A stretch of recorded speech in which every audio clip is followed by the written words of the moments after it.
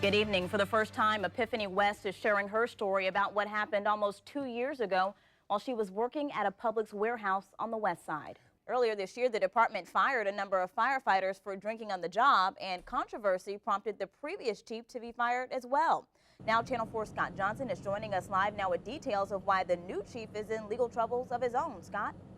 President Obama will be in Jacksonville tomorrow, stopping by Jacksport to talk about the economy. But officials there are hoping they'll be able to talk with the president about an issue facing the port as well. They say it's all about this fence. You can see this part of it is broken, but what you don't see is this whole chunk of fence that's been gone for about 2 years after a tropical storm. One woman told me she believes she was being watched because when she went to put her stuff in her car, she said the thief knew exactly where she had her belongings. Well, Mary, this all started a month ago when police say the man walked into the pharmacy here at this Walgreens on San Jose Boulevard, demanded pills, said he had a gun, and then took those pills and left. He did the same thing about 2 weeks ago at this Publix that's right across the street. Well, luckily, Erica, power has been restored to about a couple dozen people who live on the street. They saw their power go off around 6 o'clock this morning, and it's all because of this. Let me show you this giant tree. And we continue to follow that local breaking news this morning out of the north side. That's where police say a little girl has been abducted by a known sex offender. What we know so far,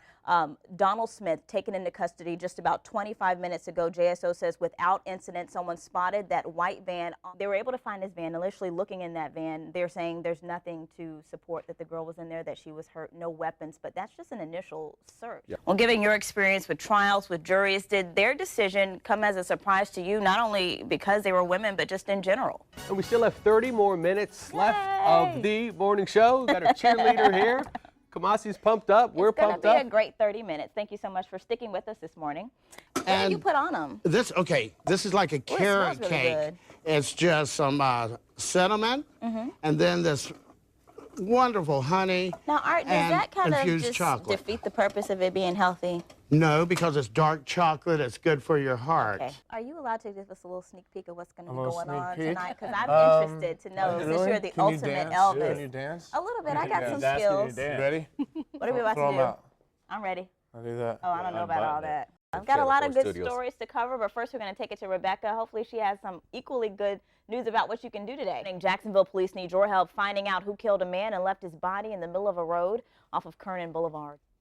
It's been more than a week since someone shot and killed this young lady, Amber Bass, in the driveway of her West Side home. This morning, police are asking for the public's help in finding her purse and the shooter responsible for killing her. Now, Bass's family and the local group Mad Dads, they're working together in hopes of inspiring some action. Channel 4's Ashley Harding has more on their message. A new report from the University of Central Florida shows Florida's economy is improving thanks to an improving housing market. But, as Channel 4's Matt Horn tells us, even though the numbers look good on paper, there's still a lot of concerns. The child's mother says she doesn't know exactly what she wanted this sentence to be, but she says the one that Judge Bass handed down here just was not tough enough. Today we asked Judge Bass for a comment. She wouldn't give us one about her ruling, but now that the state attorney's office is involved, this mother may be getting her wish. Nehemiah Melton's hand is still a little discolored, but it's come a long way from what it looked like in September. That's when the 3-year-old's mother, Nikoviev, says she left Nehemiah alone with her friend Nicole Brown to run an errand.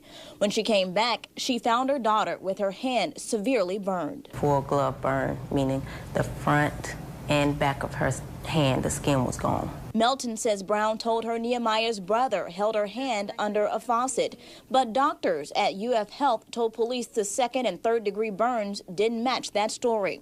They told Melton the burns came from someone holding the 2-year-old's hand down in some kind of container full of scalding hot water. It had to be because around her wrist is where the burn starts all the way down her hand. Her nails melted off. That's just how bad the burn was. Brown initially pleaded not guilty to the charges of aggravated child abuse and child neglect. But when she changed her plea to guilty, Judge Suzanne Bass sentenced Brown to 1 year of community supervision, 3 years of probation, 250 hours of community service, and $375 in court costs. The minimum sentence Brown faced was 5 years in prison, the maximum 15 years. Not justifiable to me. My daughter have a scar on her hand that she have to walk around with for the rest of her life. And that light sentence, meaning basically it's just a slap on the wrist. The state attorney's office is backing her up. It released a statement saying, quote, "The state attorney's office has filed a notice to appeal Ms. Brown's sentence. The SAO is currently working with the Attorney General's office on that appeal." This isn't the first time a decision Judge Suzanne Bass made has been questioned. Earlier this year, she allowed two sisters found guilty of attempted murder out on bond until sentencing. And last month, she recused herself as judge of the Michael Dunn case after the defense alleged bias. While Melton admits this is about justice for her daughter, it's also about the safety of other children. Now, just a few minutes ago, I got a call from Nicole Brown's sister. She believes that the sentence her sister received isn't fair because she wasn't the only one responsible for Nehemiah's injuries. Her sister said, if anything, the sentence should be lighter. Reporting live, Kumasi on Channel 4, the local station. Both of these victims that I spoke with said that these crooks were able to get inside their cars without smashing their windows, and even though their doors were locked. But it's not what happened on that day that they're thinking about right now. It's everything that they've been having to deal with since this happened. Today's Wednesday, and I've been on the phone every day since, you know. This Jacksonville Beach business owner has been canceling credit cards and checks, trying to recover what she can after thieves broke in her car while she was at a wedding in Nocatee. Deputies say thieves used a key pop, which pulls the entire lock out to get inside her truck, and took off with her purse and briefcase. It had all of my paperwork and money from the night before from my business, and all my credit cards, debit cards, checkbooks, everything. The crooks got away with hundreds in cash and valuables, but what she's more worried about is her personal information.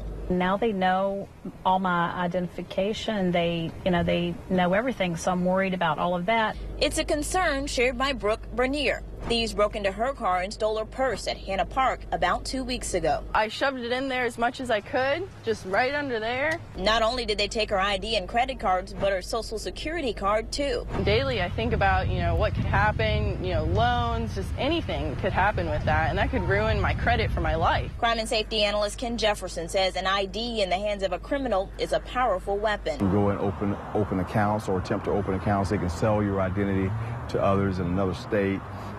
That's something that will follow you for a very long time. He offers this advice. If you're going out for a specific purpose, carry just the necessary items that you need, such as your driver's license and your insurance card and 1 or 2 credit cards.